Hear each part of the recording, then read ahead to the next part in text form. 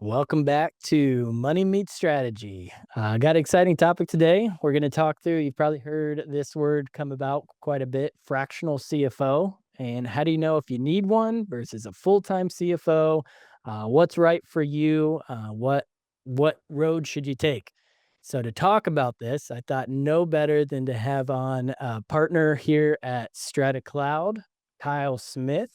Kyle uh, has a wealth of experience all the way from being the director of finance at a major brewery in Austin to running the onboarding team for fintech at a company in Austin as well, and now a partner here at Strata Cloud. And so, Kyle, welcome.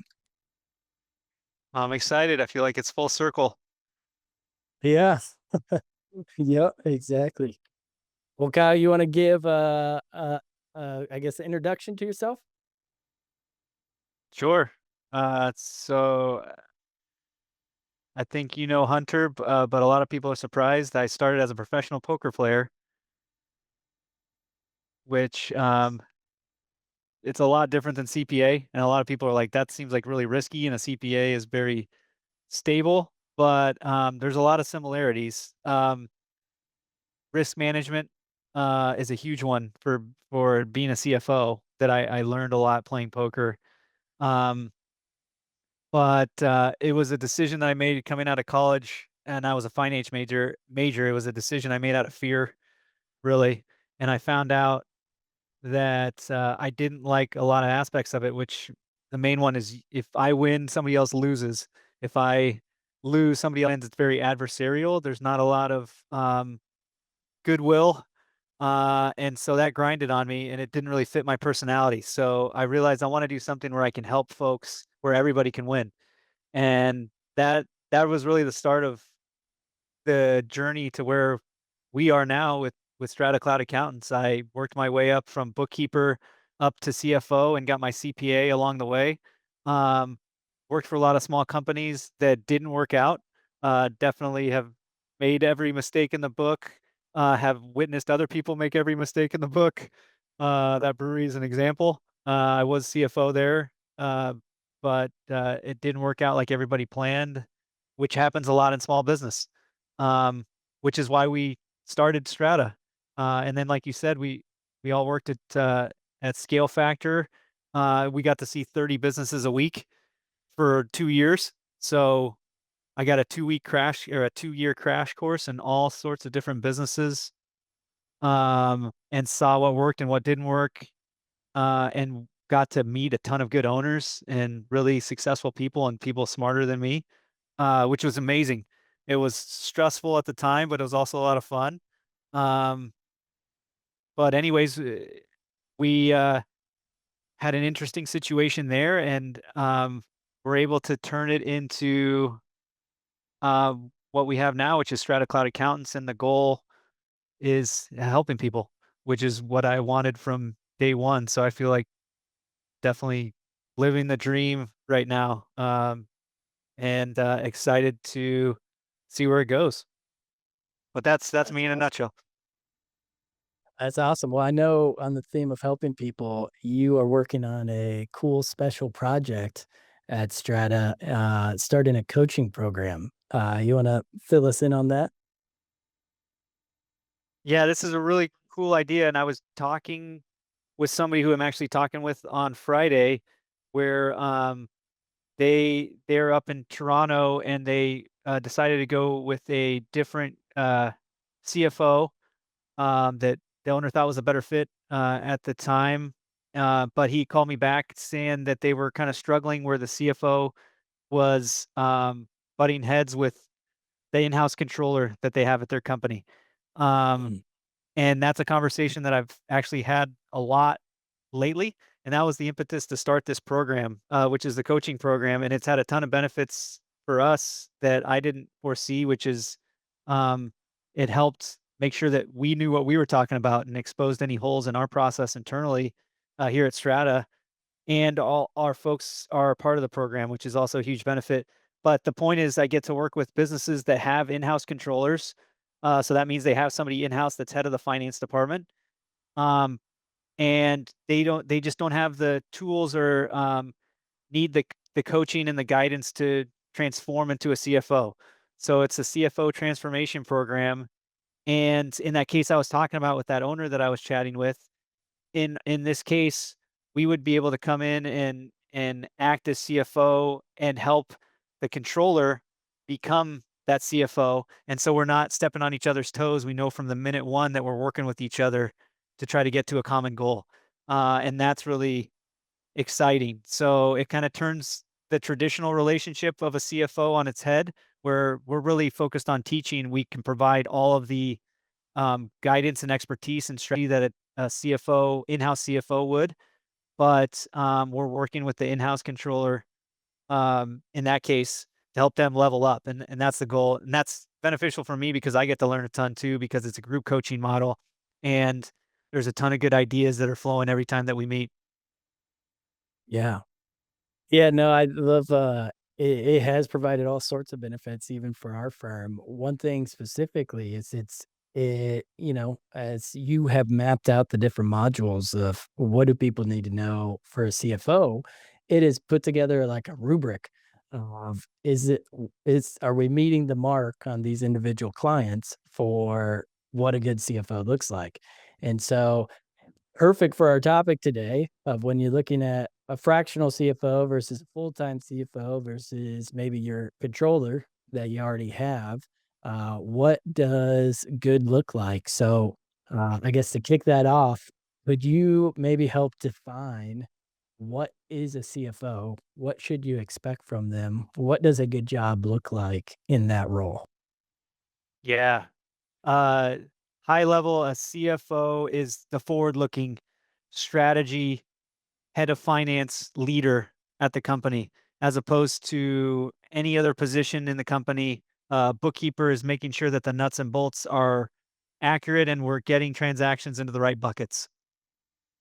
A controller is making sure that on a high level that the financials are accurate and they're actionable and that the owners can look at them and understand what's going on with the business. Those are all where we were and where we are issues. A CFO is ultimately in charge of all of that as well, but their main focus is where we're going. So they're taking the numbers of where we were and where we are, and they're helping the owners project out strategically. Here's where we're going based on our business type. Here's what makes a lot of sense. Here's where our risks are. That's a huge one. Here's where our cash is now, but here's where it's going to be in the weeks and months ahead. Um, all with presenting a picture. I mean, that's really what a CFO is telling the story of the business, Yeah. and telling where the business is going. And then that way the owner can make the best decision and be the most profitable. So that it's expectation. You wouldn't expect your controller or bookkeeper to be able to help you project into the future and build the roadmap for you. But that's the main measure of success for a CFO is can they tell the story? Can they build a effective roadmap for where the business is going? And so what would be the difference, in your mind for a fractional CFO, or when should a company look for a fractional CFO versus, "Hey, this is a full-time position within my company." It, so I'll say this: a CFO has to be the CFO has to be paramount in terms of hiring one. And I'm not saying that as a pitch. It really is because your limiting factor is time as an owner. So anything that's not devoted to strategically thinking about the business to hit your goals, where a lot of time your goal is to grow the business. But it's the same principle. Like if you're not thinking about strategically how to grow the business to meet your goals, anything else is affecting that, is limiting your time, and then you cannot succeed.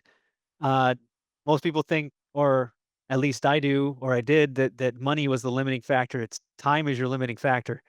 That's what stops you from getting to where you want to be. So anything that you can do that's not in your core competency, you should be outsourcing, I believe, or find or bring somebody in house. So I would start with that is that you need a CFO sooner rather than later because it's the most expensive mistake you can make by not bringing experts in to help with other parts of the business that aren't strategic, which is your job as owner, CEO, strategically thinking how to scale the business. So to me, the difference between fractional or a full-time in-house CFO is basically ROI.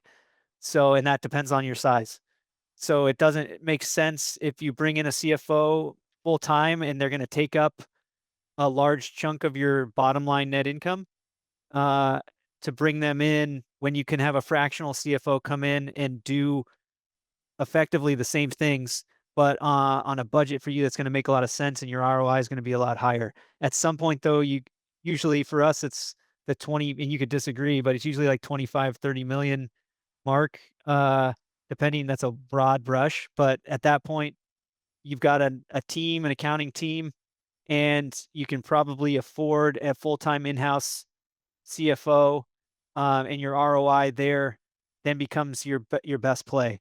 So you need a CFO as soon as possible, and it goes back down the line. So that goes for when you need a bookkeeper, controller, and we can talk more about specifics, but that's really what it is as soon as possible, soon as the budget allows, because the ROI is huge. And when you need a full-time CFO is gonna be in that bigger 25, $30 million of annual revenue range.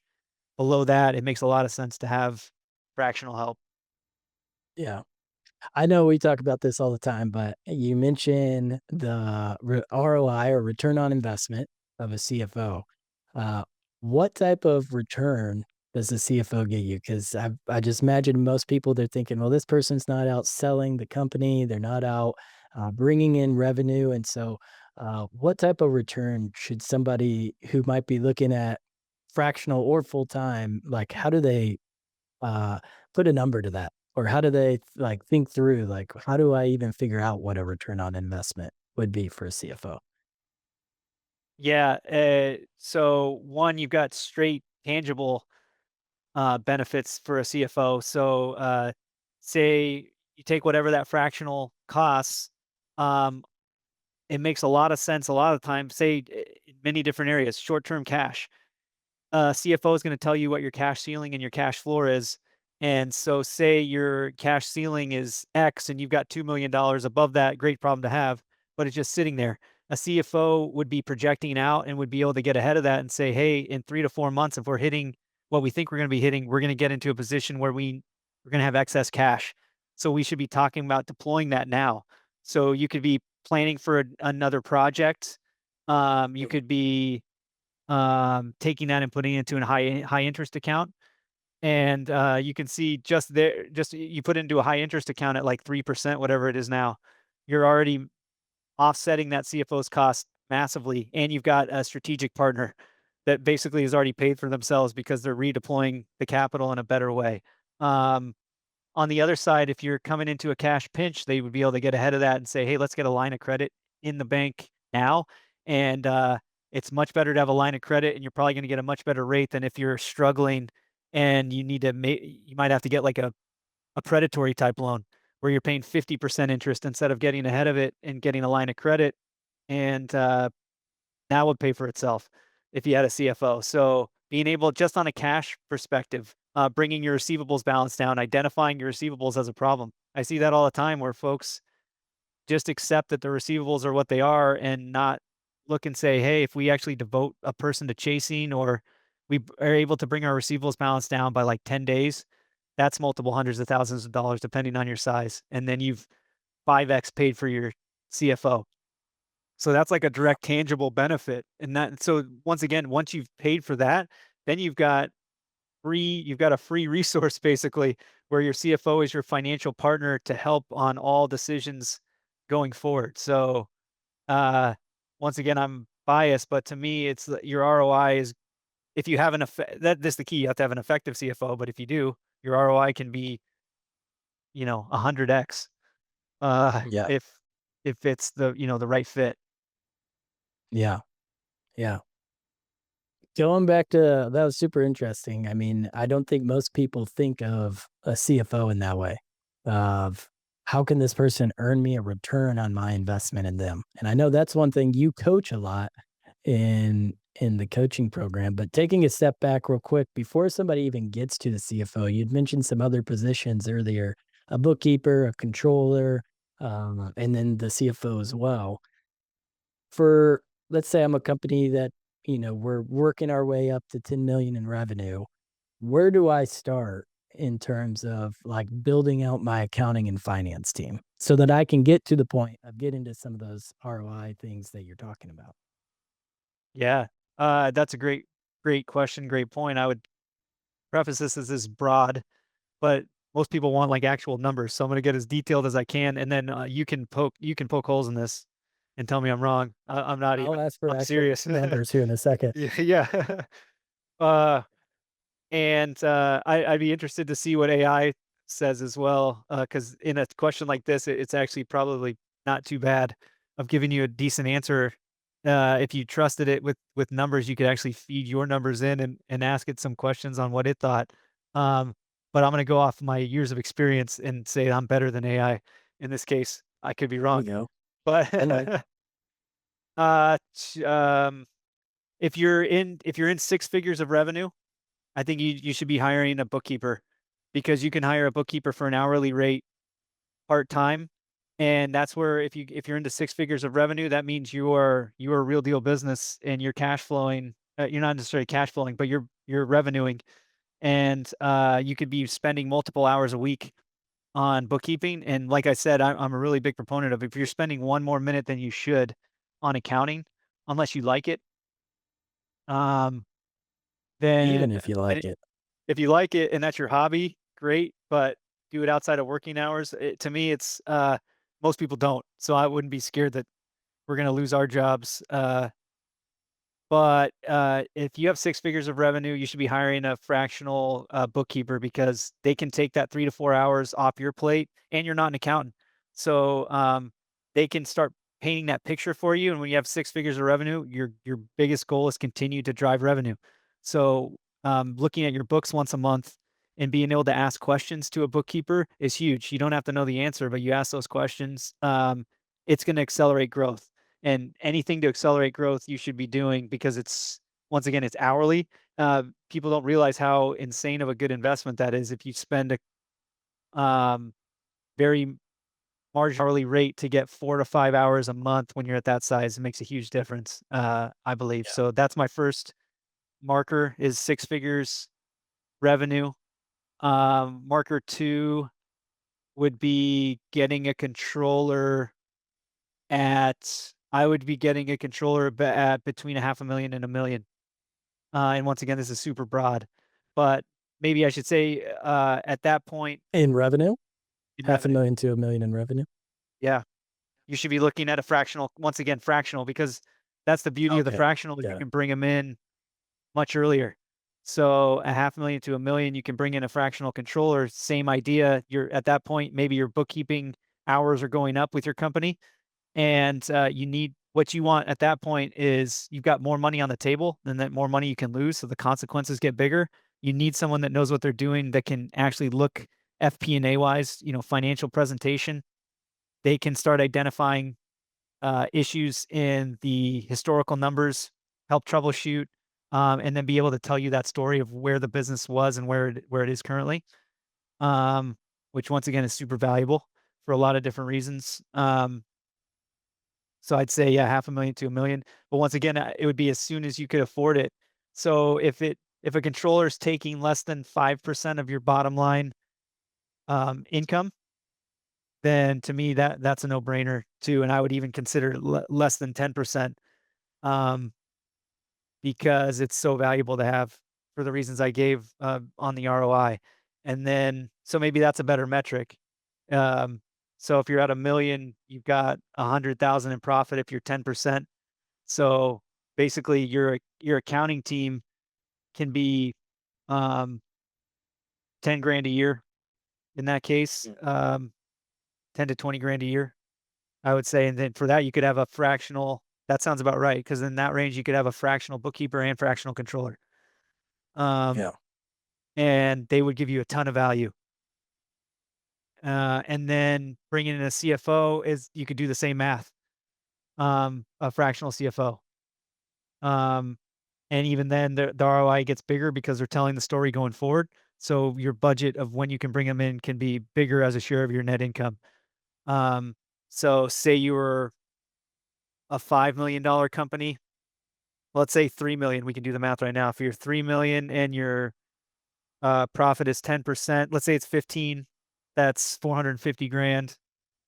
Um, that means your accounting department budget could be 45 to 50 grand. And for that, you could have fractional bookkeeping, fractional controller, and fractional CFO effectively. And in that case, the fractional CFO would kind of work as a controller. So you could kind of have both there. If you started from scratch, you could probably just have a bookkeeper, CFO. Um, but really, company 3 million and up, you could be looking at having a fractional CFO. And I say 3 million, 3 million in ARR, and if you're profitable as well, it's just it'll accelerate the profit and accelerate the revenue growth. Yeah. Is there like an order Disagree? to these things? No, I don't disagree at all. I think you nailed it. Uh, I I don't think I would change anything. I mean, the only thing I would maybe say is you could probably squeeze in the CFO a little bit earlier on like a project basis. So if Oh, that's a you're good point. maybe you're approaching like 1 million in revenue, I could still see it being hugely valuable to just say, "Hey, I need a forecast or just an easy deliverable and somebody to give me a little bit of feedback like once a year." Um, so you might be able to squeeze them in a little bit earlier, just probably less recurring because your profit doesn't quite allow it yet. Uh, that would maybe be the only point I disagree on. But I agree. all right, so back to the questions here. Um, Yeah, and is there an order to those things? So, like, you again, those couple different positions, you mentioned how to think of it. I mean, it sounds like probably start with the bookkeeper, go towards the CFO over time. Would you ever recommend going backwards on that for any particular reason? Um, yes, definitely would recommend going backwards on that if you were already a let's say you were like you had 8 figures in revenue and for some reason you had just never hired a bookkeeper. In that case, you would start with a CFO and then they could build your finance department for you. Um, which has happened to us at Strata. We've had multiple companies like that where not that they didn't have a bookkeeper in place, but maybe it was kind of a hodgepodge and the books were not in great shape. And so in that case, um, yeah, bring in the CFO and then they can kind of reverse engineer the accounting department and be as efficient as they can be there. And because the CFO knows what each other position entails. So you'd start with the reverse to have the expertise, and then they could build out what the rest of the accounting department look like. Um, and then you don't have to do the hard work there. But you can't you can't really bring a CFO in to do that if you're doing like 100 or 200 grand in revenue, usually, Yeah. unless once again maybe in an advisory capacity you could, but you could bring in that case you'd bring in an advisory controller expertise type of person, and they could help maybe and recommend a bookkeeper, so you could go reverse there. So, yeah, it's certainly if you're using them for expertise and then you could bring someone on in more of a recurring, fractional basis as you got bigger, you could go in reverse. But otherwise, the way the businesses normally scale, you're usually bookkeeper, controller, CFO. Yeah. Yeah, I would say that'd probably be the optimal path, and the other path maybe is more reactionary. So, "Oh, no, I should have been probably doing that all along the way." Um, so I wanna hit on something you said at the very beginning. You mentioned you gave a brief example of maybe how a fractional CFO and the in-house controller were bumping heads. This seems to be like a common theme I know that you are running into, I know in my conversations I'm running into, and then we have this coaching program to kinda, help solve some of that, right? If I'm a company, I'm a business owner, I'm looking at hiring a fractional CFO. Maybe I've identified, "Hey, I don't have anybody in that seat, it's me." I have my full-time controller and, like, the books are getting done, bills are being paid, invoices are going out on time, all of those things, but I don't have anybody in that strategic finance seat beside myself, so I need a fractional CFO. How do you bring that person in successfully to where they're gonna be set up for success to work well with the team and it be well received by the team? Yeah, the answer to me is pretty clear. It's easy to say, not easy to do, but you have to define roles and responsibilities very Yep. clearly. And so that's where if someone was listening to this, I would say what I would impart is make sure ask if you're the one kind of selecting the CFO, which in most cases the owner would be, ask them what the role of the CFO should be. What are their roles and responsibilities? You can give them background on your company, but what you should look for is what I was talking about is they should be chief storyteller. They should be the person handling the forward looking. They should say that the buck stops with them when it comes to the financials, but they need to focus on strategy, looking forward. Um, they should understand the all of the financial statements and be able to tell you the story of where we're going, based both on cash and on net income. Um, that should be very clear, and they should be able to tell you that, and then that's defined very early on with your team when they come in of, "Hey, controller, this is your roles and responsibilities, which are making sure that the books are accurate, um, and timely. Bookkeeper, making sure that the transactions are going to the right buckets, and CFO is in charge of the forward looking, and we're all helping each other. So we can go up, the controller can go up and help with the forecast. The bookkeeper can go up and help the controller do a monthly close. The CFO can go down and help the controller troubleshoot on something. Um, but that's the way. Define the roles and responsibilities, and high level the roles are what I just laid out. And if people are following that, we shouldn't be butting heads.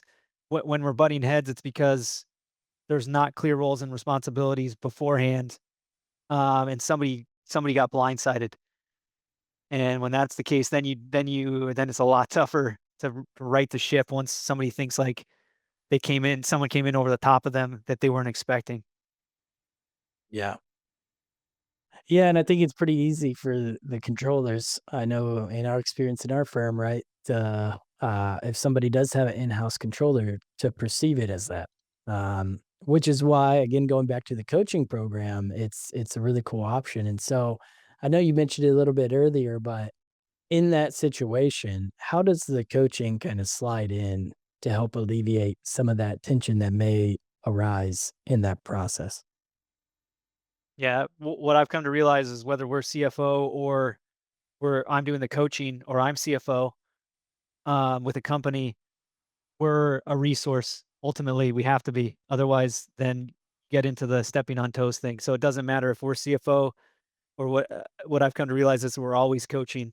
But specifically with the coaching program, that's what it is we're a resource for the controller. And so that's the first thing. So it could be helping solve nuts and bolts accounting issues, is part of it. But really the bigger part is leadership coaching. Because as accountants, we come from the nuts and bolts space, right? And we get a lot of good jobs. Uh, that's kind of how we've advanced in our career. Is like, hey, we did good, we made it to the next position. When you get to CFO, it's a truth teller position.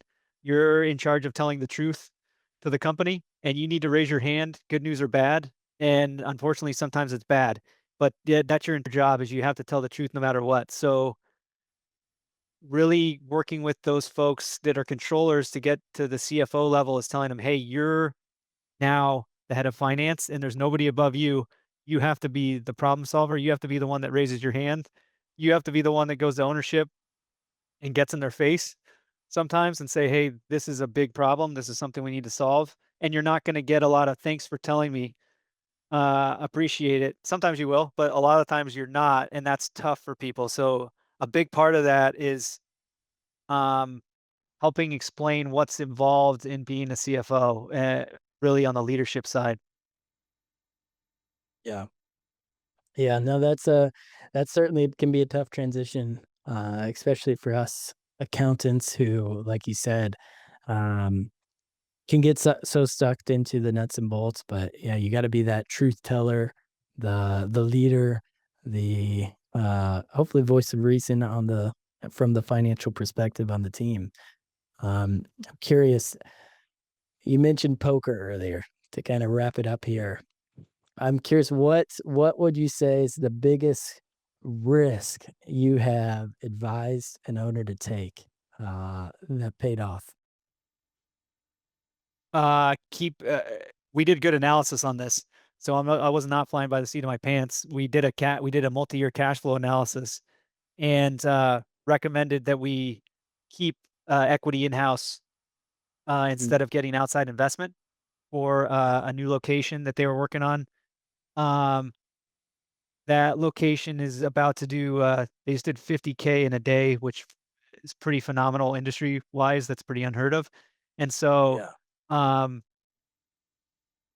basically that's gonna this is could be 8 figures difference of money that stays in the company compared to going to outside investors over a span of 3 to 5 years. Um, wow. that's one I can think of off the top of my head. So, and we did a That's good multi-year ROI cash right flow there. analysis. What's that? That's good Yeah, ROI right there. yeah, I messed up on the way. I should have, structured that one for my own benefit differently, Yeah. selfishly, but, that's why I really Percentage. do believe, if you can hire a good CFO, your ROI is massive, Yeah, and that's one example. yeah. That's awesome. That's awesome. Well, this has been a super, hopefully helpful conversation for everybody listening. Super helpful, as always, Kyle, to talk through how do we provide people ROI as a CFO? When is the right time for business owners to hire a CFO? And also the different levels that are within the accounting department and how should they, approach that? Any final thoughts that you want to leave everybody with? Yeah, I was thinking about poker, in poker in the game I played, which was No Limit Hold'em.